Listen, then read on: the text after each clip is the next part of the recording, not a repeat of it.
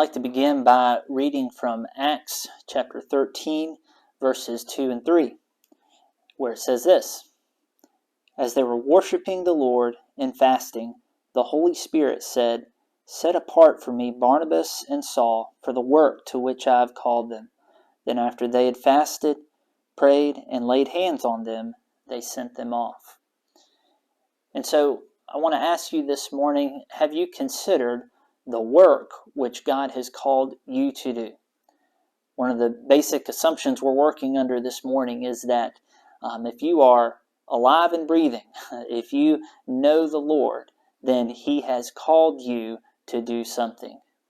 Now, there's a general sense, and all of us are called to follow Jesus. All of us are called to tell other people about Him, but then also, in an individual sense, all of us are given callings to which we're asked to do things for the Lord. There's work which He calls us to do specifically. And so, how often do you spend thinking about that? Do you have a clear indication or clear thoughts about what God has called you to do? Well, if not, here are some principles that I think apply to this situation for us this morning. As we look over just these two verses, we can pull out some things about how we ended up at Paul and Barnabas, or in these verses, Saul, who is also known as Paul.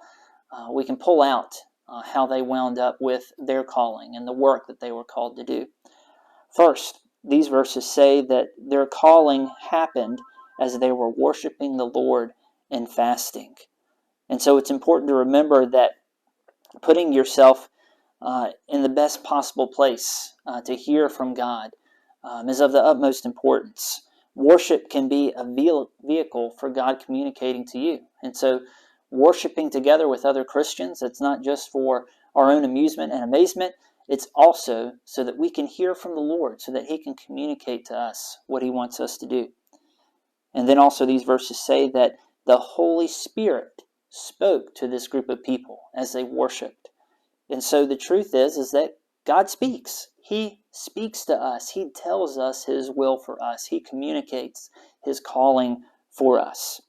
And then lastly, specifically, Barnabas and Saul are set apart for the work that He gave them to do.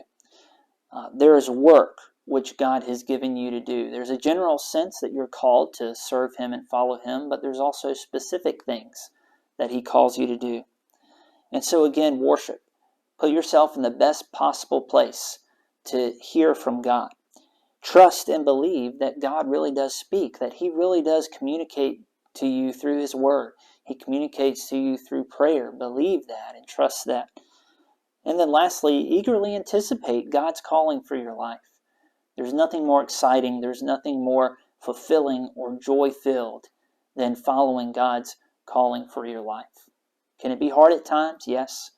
But there's nothing that'll give you more peace, nothing that'll give you more contentment and fulfillment than following God's calling on your life. And so there is work that He has called you to do. Are you listening?